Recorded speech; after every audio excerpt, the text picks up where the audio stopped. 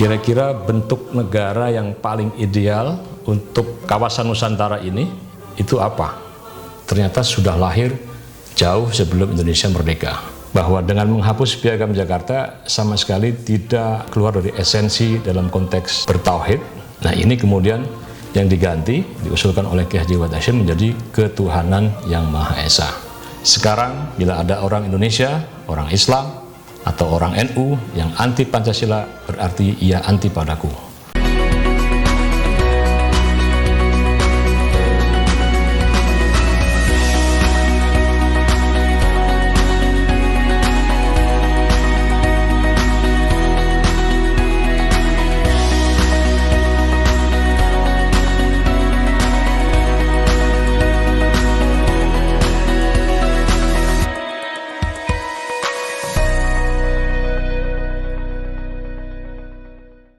Halo guys, sebelum melanjutkan nonton video ini, jangan lupa tekan tombol subscribe-nya, nyalakan loncengnya, like, dan share kepada teman dan keluarga Anda.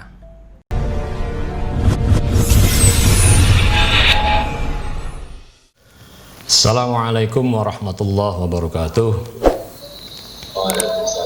Bismillahirrahmanirrahim. Alhamdulillahirabbil alamin. Allahumma shalli ala sayyidina Muhammad wa ala ali sayyidina Muhammad. Amma ba'du. Al-mukarramun, para tokoh yang hadir pada diskusi webinar kita pada pagi hari ini, Pak Rektor UI, Pak Wakil Rektor, para dekan yang hadir, juga para narasumber.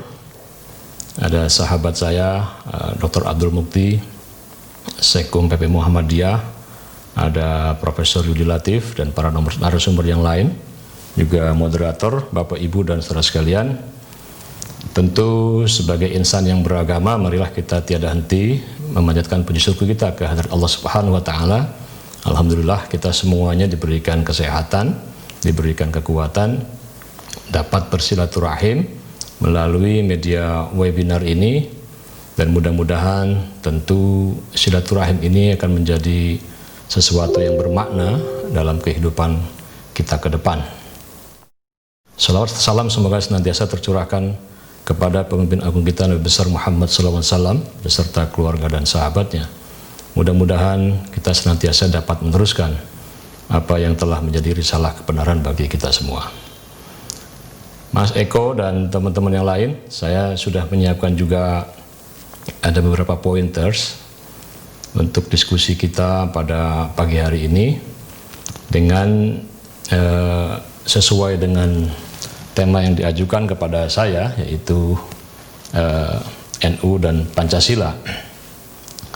Pertama, di slide pertama saya ingin menyampaikan bahwa pada tahun 1936, ini jauh sebelum Indonesia merdeka, ya, yaitu pada Muktamar NU ke-11 di Banjarmasin, di Kalimantan Selatan, terjadi satu perdebatan yang menarik dari para ulama di dalam forum Bahthul Masail.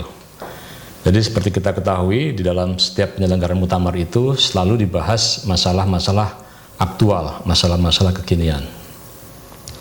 Lalu diajukanlah ada pertanyaan dari para ulama ketika itu, kira-kira bentuk negara yang paling ideal untuk kawasan Nusantara ini itu apa? Ya. Lalu muncullah beberapa konsep bentuk negara. Ya.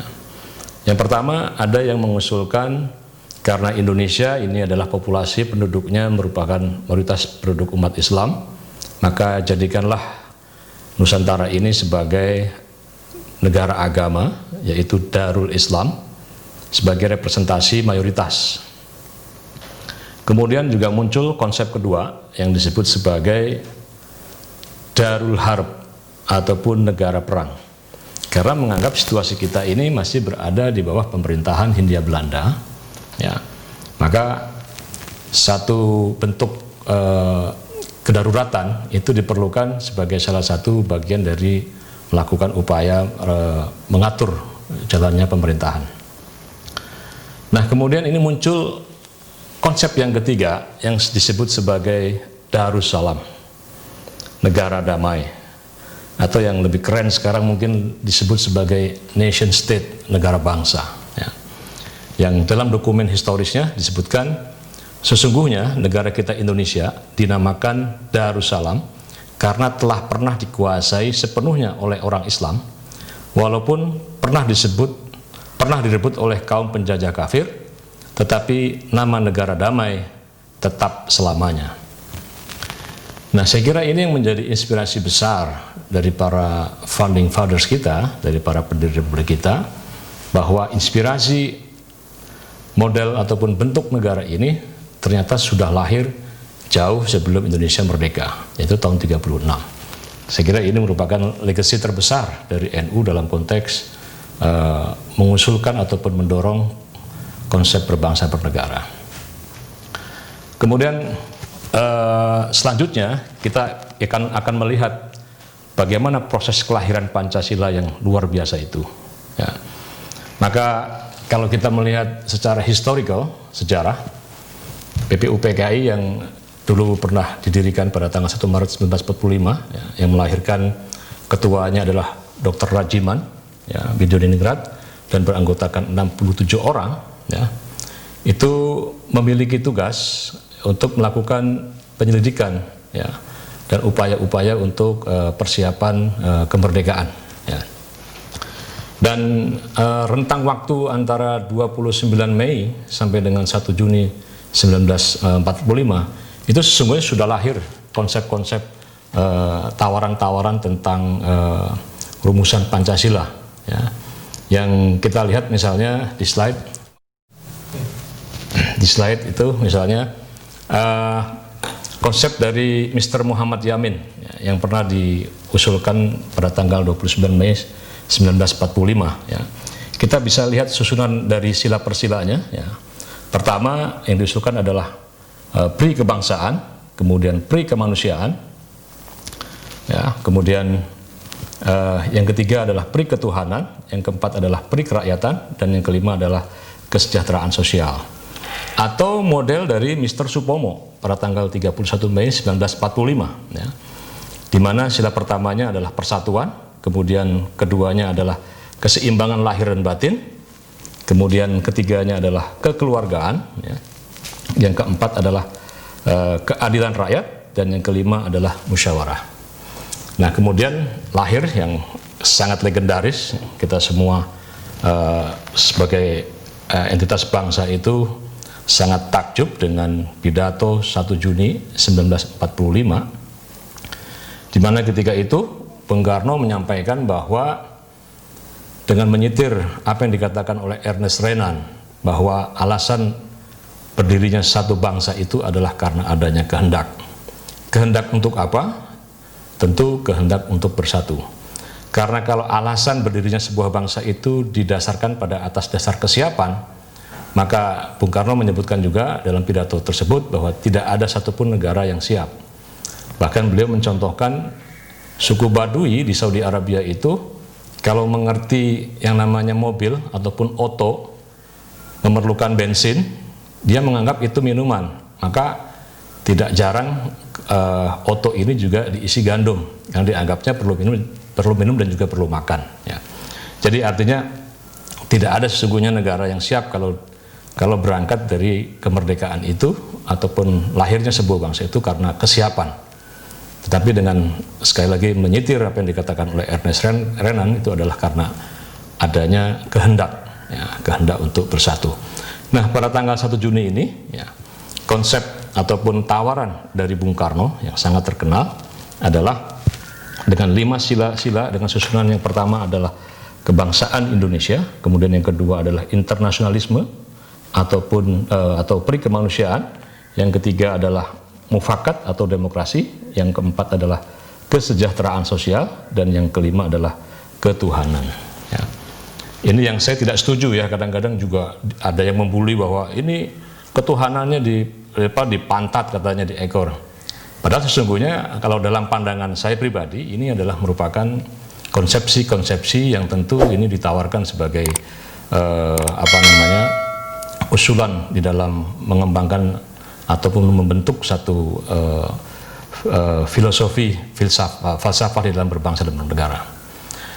Nah, kemudian proses itu bergulir, yang kita lihat pada tanggal 22 Juni tahun 1945, lahirlah apa yang disebut sebagai Piagam Jakarta, di mana ketika itu Bung Karno bersama dengan para tokoh-tokoh PPU PKI yang tergabung dalam panitia 9 merumuskan Piagam Jakarta, yang nanti pada slide selanjutnya akan saya sampaikan juga, ya.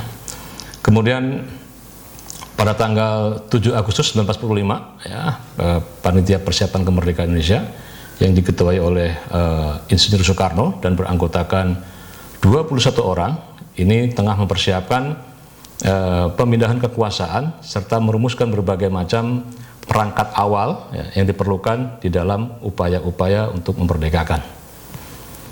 Dan kemudian ketika itu sudah muncul, ya, protes, ya, bahwa kalau konsep Piagam Jakarta itu dibakukan sebagai satu dasar, maka sebagian masyarakat Indonesia Timur ini menyatakan mufarroqoh, ya, menyatakan keluar dari NKRI karena menganggap dasar negara Indonesia ini didasarkan atas dasar satu agama.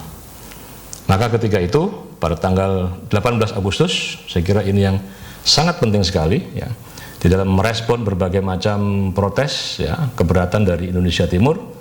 Kemudian Bung Hatta ini berinisiasi menemui beberapa tokoh anggota PPKI yang representasi merupakan dari kalangan Islam. Ketika itu yang diajak rembuk adalah Ki Haji Wahid Hasyim, kemudian Ki Bagus Hadikusumo, ya. Kemudian di sini ada Kasiman Singodirjo, ya. Kemudian juga ada Mr. Teguh Muhammad Hasan, ya. Dan disinilah kembali NU memberikan peran penting, di mana ketika itu Ki Haji Wahid Hasyim akhirnya menyatakan, ya, bahwa mengusulkan bahwa dengan menghapus Piagam Jakarta sama sekali tidak mengeluarkan ataupun tidak keluar dari esensi dalam konteks bertauhid, ya. Naskah Piagam Jakarta bisa dilihat 7 kata yang dihapus itu adalah dengan kewajiban menjalankan syariat Islam bagi pemeluk-pemeluknya. Jadi ketuhanan dengan kewajiban menjalankan syariat Islam bagi pemeluk-pemeluknya. Nah, ini kemudian yang diganti, diusulkan oleh Ki Haji Wahid Hasyim menjadi ketuhanan yang Maha Esa, ya. Nah, selanjutnya adalah saya juga menyampaikan di sini beberapa galeri dari pandangan-pandangan kebangsaan dari para tokoh NU, ya. Antara lain, ya, ini tulisan Pancasila dengan Arab Pegon, ya. Pancasila, ketuhanan yang Maha Esa, dan seterusnya, ya. Nah, kemudian kita lihat misalnya ini salah satu dari muassis pendiri NU, yaitu Ki Haji Bisri Sansuri, pernah mengatakan, sekarang saya sudah mengerti apa itu Pancasila. Sekarang bila ada orang Indonesia, orang Islam, atau orang NU yang anti Pancasila, berarti ia anti padaku. Ini saking menunjukkan bahwa pemahaman Mbah Bisri Sansuri dalam konteks berbangsa bernegara sudah sedemikian rupa, ya, sampai mengatakan hal seperti ini. Kemudian ada lagi yang disampaikan oleh Romo Kiai Haji As'ad Syamsul Arifin, ya. Beliau ini yang membawa tongkat dari Mbah Khalil Bangkalan yang disampaikan kepada Mbah Hasyim Asy'ari dengan mengatakan bahwa Islam wajib menerima Pancasila dan haram hukumnya bila menolak.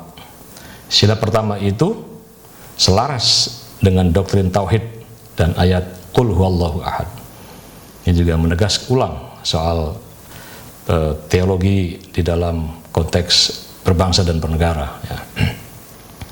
Dan ini yang paling masyhur adalah apa yang disampaikan oleh Ki Haji Ahmad Siddiq, ya, sebagai pencetus dari Khittah NU, ya.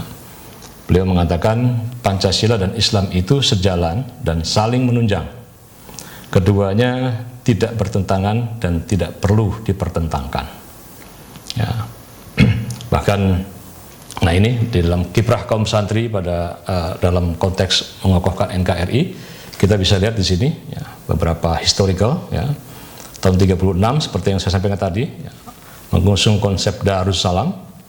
Kemudian tahun 1945 ya, ini juga kaum santri ini bersepakat untuk menghapus 7 kata dan kemudian menjadi kalimatun sawa, menjadi titik temu dari semua adanya perbedaan-perbedaan dengan mengusulkan sila pertama ketuhanan yang Maha Esa. Bahkan pada tahun 1945 ini juga terjadi peristiwa resolusi jihad NU pada tanggal 22 Oktober, di mana sebelum pecah perang 10 November di Surabaya, gerakan jihad, resolusi jihad yang disampaikan oleh Hadratus Syekh Mbah Hasyim Asy'ari kemudian menjadi sejarah penting di dalam mempertahankan kemerdekaan Indonesia. Kemudian pada tahun 53 ya, ini ketika itu banyak sekali rongrongan kepada pemerintahan Soekarno ya, di mana dianggap negara Indonesia ini bukanlah negara Islam, sehingga terjadi pertentangan ideologi ya, antar agama ya, dan akhirnya PBNU waktu itu NU ya,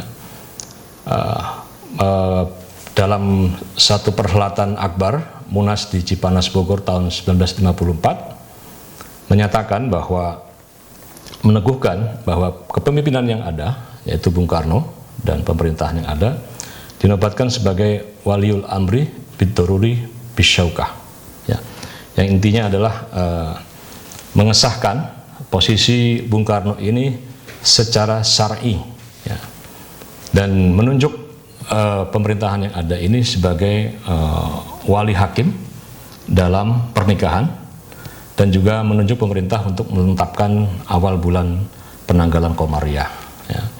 Maka dalam konteks ini penting sekali ya, agar status pernikahan kita ini secara agama itu sah ya, maka dikuatkan dengan penunjukan pemerintah ya, presiden ataupun kepala negara yang terpilih itu sebagai waliul amri bid-daruri bisyaukah. Ketika itu jadi pemimpin dalam keadaan darurat ya ini ya.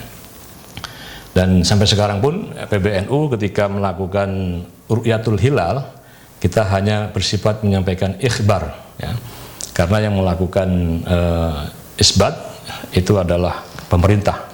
Jadi kita menyampaikan hasil dari ru'yah dari pemerintah. Ini sebagai bagian dari komitmen kita menjadikan pemerintah ini sebagai kepala negara yang sah ya. Kemudian menarik saya kira mengutip pandangan pemikiran dari Gus Dur, Romo Ki Haji Abdurrahman Wahid, dalam buku Mengurai Benang Kusut Hubungan Agama dan Negara. Karena dalam sejarah perpolitikan di semua negara, terutama negara-negara yang memang basis agamanya kuat, itu selalu muncul 3 paradigma ini. Pertama adalah paradigma yang disebut sebagai paradigma integralistik, di mana agama dan negara ini dimaknai sebagai satu kesatuan ya. Agama menjadi dasar negara, sehingga hukum-hukum negara menggunakan hukum-hukum agama ya. Nah, pelopor dari ini adalah Abul A'la Al-Maududi ya. Kemudian contoh saya kira yang paling bisa kita lihat dalam konteks paradigma integralistik ini adalah negara Arab Saudi ya, dan sebagian negara-negara teokrasi ya, di mana menjadikan hukum agama ini sebagai hukum positif di dalam kehidupan kebangsaan kenegaraan ya. Yang kedua, Gus Dur menyebut sebagai paradigma sekularistik yang meletakkan hubungan agama dengan negara ini tidak ada hubungan sama sekali ya. Jadi agama harus dipisahkan dari negara, dan tidak ada hubungan antara agama dengan negara ya. Ini pelopornya adalah Ali Abdul Razik ya. Mungkin contoh yang paling tepat adalah kalau kita melihat Turki, terutama pasca hancurnya Khilafah Utsmaniyah pada tahun 1924 ya, ketika itu bau-bau yang serba agama itu dihilangkan sama sekali oleh pemerintahan Mustafa Ataturk ketika itu. Yang ketiga adalah model yang disebut sebagai simbiotik, ya, yaitu satu paradigma yang mengembangkan nilai-nilai agama ini menjiwai penyelenggaraan berbangsa dan bernegara. Nah, ini contoh yang paling tepat adalah negara Indonesia. Jadi kalau kita lihat sila pertama ketuhanan yang Maha Esa itu diletakkan sebagai sila pertama dan Pancasila sebagai kedudukan hukumnya adalah sebagai sumber dari segala sumber hukum. Ya, jadi ini bisa kita sebut sebagai bahwa model kebangsaan kenegaraan kita itu adalah menjadikan nilai-nilai agama ini sebagai spirit dalam kehidupan berbangsa dan bernegara. Maka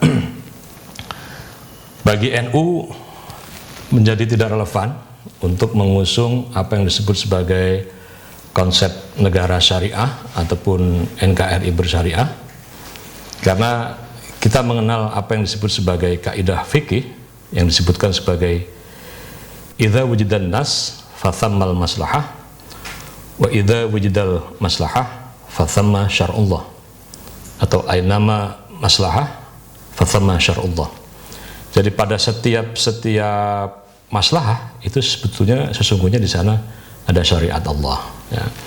Maka saya mungkin ambil contoh yang paling sederhana dalam konteks ini, ya, adalah undang-undang lalu lintas. Ya, ini sering saya sampaikan di banyak forum sejak lama, ya. Undang-undang lalu lintas mungkin oleh sebagian orang dianggap itu bukan undang-undang syariat, ya. Tapi kalau kita lihat misalnya ketika kita mematuhi undang-undang lalu lintas, maka ketika kita menjumpai traffic light, lampu merah, kita berhenti, ya. Nah, karena kita mematuhi undang-undang lalu lintas, maka tidak melahirkan kesemrawutan. Artinya lalu lintas menjadi lancar, tertib, ya. Dan ketika kita misalnya menabrak undang-undang ini, maka akan terjadi kemudaratan, di mana akan terjadi kecelakaan dan seterusnya. Jadi inilah indahnya kita sebagai bangsa Indonesia, di mana ketika kita menjalankan kewajiban sebagai warga negara, pada hakikatnya kita sedang melakukan satu syariah di dalam kehidupan keagamaan. Jadi menjalankan kebangsaan dan keislaman ini dalam satu tarikan nafas, ya.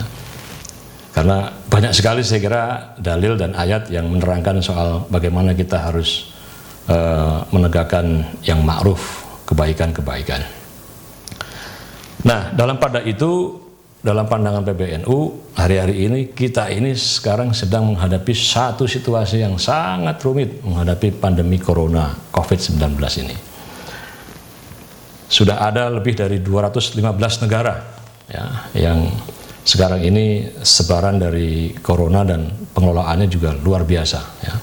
Bahkan WHO sebetulnya sudah menyebutkan COVID-19 ini sebagai PHEC, Public Health Emergency of International Concern, di mana terdapat beberapa hal yang memang sangat beresiko tinggi, ya.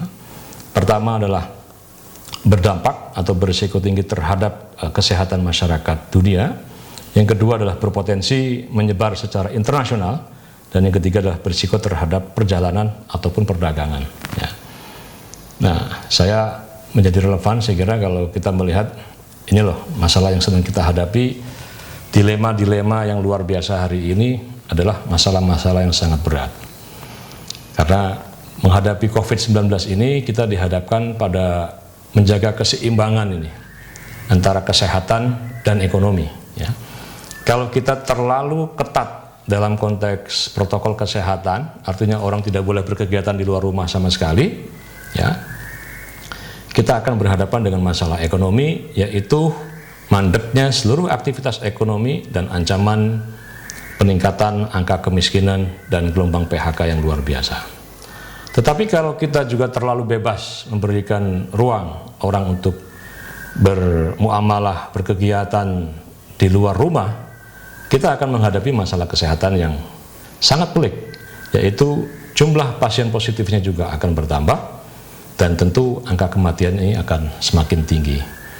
Maka kalau kita melihat dari gugus tugas, ya, jumlah terpapar COVID-19 di Indonesia ini, setidaknya yang saya update adalah pertanggal 5 Juli 2020 pukul 12.00, Ini ternyata sekarang kalau dijumlahkan totalnya ada 63.749 positif, kemudian yang sembuh ada sekitar 29.105, dan yang meninggal ada sekitar 3.171. Ini jumlahnya sangat besar sekali. Meskipun kalau kita bandingkan dengan di Amerika sekarang ini, kalau kita lihat kembali ke bandul kesehatan dan ekonomi, ya, di sana dua masalah ini sekarang menjadi masalah yang rumit sekali. Setidaknya kemarin data yang paling mutakhir sudah ada 106.000 warga negara Amerika Serikat yang meninggal akibat COVID. Ya. Bahkan yang positif corona ada sekitar 1,8 juta lebih. Ya. Nah, kemudian ini kita melihat kembali dampak ekonomi yang ditimbulkan oleh COVID-19 ini. Ya. Misalnya pertumbuhan ekonomi jauh di angka 2,97%, bahkan diprediksi akan terus turun tajam sampai ke minus di kuartal kedua. Kemudian prediksi bertambahnya orang miskin baru sekitar 1,1 sampai dengan 3,78 juta. Ya. Kemudian generasi milenial yang kita tahu 2025 nanti 60% penduduk Indonesia ini akan dihuni oleh para milenial. Ini adalah mereka juga yang paling banyak terdampak. Kemudian daya beli juga sekarang sudah sangat turun, ya, gelombang PHK juga meluas, ya, dan jumlah pengangguran ini juga mencapai diprediksi 2 juta sampai dengan lebih. Ya. Nah, kemudian dalam konteks itu sebetulnya kalau kita melihat kembali kepada RUU HIP, ya, setidaknya saya membagi ada 3 elemen, 3 alasan-alasan di mana sejak awal PBNU menyampaikan menolak terhadap RUU ini. Pertama adalah tidak substansial, ya. Karena berdasarkan Undang-Undang Nomor 12 Tahun 2011 di dalam pembentukan perundang-undangan, ya, itu sebetulnya harus mengedepankan dua asas, yaitu daya guna dan daya hasil atau daya manfaat. Ya. Nah, kita melihat justru dengan RUU HIP ini muncul, justru terjadi satu perdebatan yang tidak produktif, sehingga ini akan menimbulkan pertentangan ideologi kembali. Ya. Kemudian tidak signifikan, ya, karena Pancasila yang sudah kita sebut sebagai filosofi Grundslag, ya, itu sudah merupakan sebagai sumber dari segala sumber hukum. Ya. Maka tidak diperlukan lagi satu perundang-undangan yang justru nanti akan mendelegitimasi, ya, dari pengertian dan konsepsi kita tentang Pancasila itu sendiri. Kemudian catatan teknis pasal-pasal bisa dilihat di dalam slide ini, ya. Misalnya pasal 3 ayat 2, pasal 6 dan pasal 7 bertentangan dengan Pancasila sebagai konsensus kebangsaan. Kemudian pasal 13, 14, 15, 16 dan 17 ini mempersempit ruang tafsir yang menjurus pada monotafsir Pancasila. Kemudian pasal 22 dan turunannya, ya, tidak relevan diatur di dalam RUU HIP. Kemudian pasal 23 dapat menimbulkan satu benturan norma agama dan negara. Kemudian pasal 34, 35, 37, 38, 41 dan 43 ini merupakan bentuk tafsir ekspansif Pancasila yang tidak perlu. Kemudian pasal 48 ayat 6 dan pasal 49 dapat menimbulkan satu konflik kepentingan. Nah, kemudian komitmen NU terhadap Pancasila adalah pertama bahwa kami sudah menegaskan ulang sejak awal bahwa Pancasila adalah merupakan sebagai titik temu ataupun kalimatun sawa yang disepakati sebagai dasar negara adalah hasil dari satu kesatuan proses yang dimulai sejak pidato Bung Karno pada 1 Juni 45, kemudian rumusan Piagam Jakarta 22 Juni 45, kemudian yang dihasilkan oleh tim 9, dan kemudian rumusan final, ya, yang disahkan oleh PPKI pada tanggal 18 Agustus 45. Kemudian yang kedua adalah rumusan final Pancasila merupakan legacy terbesar. Ya. Ini merupakan satu warisan terbesar dari para pendiri bangsa kita, ya, di mana ini merupakan representasi dari begitu banyak golongan-golongan. Karena itu, Jika menonjolkan kesejarahan hanya pada satu fase saja, meniadakan fase yang lain, tentu ini akan menggerus dari suasana kebatinan kita, di mana bangsa ini adalah merupakan bagian penting dari keikutsertaan dari seluruh pihak dan seluruh kalangan. Yang selanjutnya adalah Pancasila juga disebut sebagai Mitsaqul Ghalidho ataupun perjanjian agung, di mana sila-sila yang termuat adalah merupakan nilai-nilai luhur bangsa yang saling menjiwai, di mana sila ketuhanan menjiwai kemanusiaan, persatuan, kerakyatan, dan keadilan sosial. Kesatuan nilai-nilai Pancasila yang saling menjiwai itu tidak bisa diperas lagi menjadi trisila ataupun ekasila. Saya kira ini ya sebagai bagian dari keikutsertaan, dan di bagian akhir saya menulis NU menjaga PBNU ya.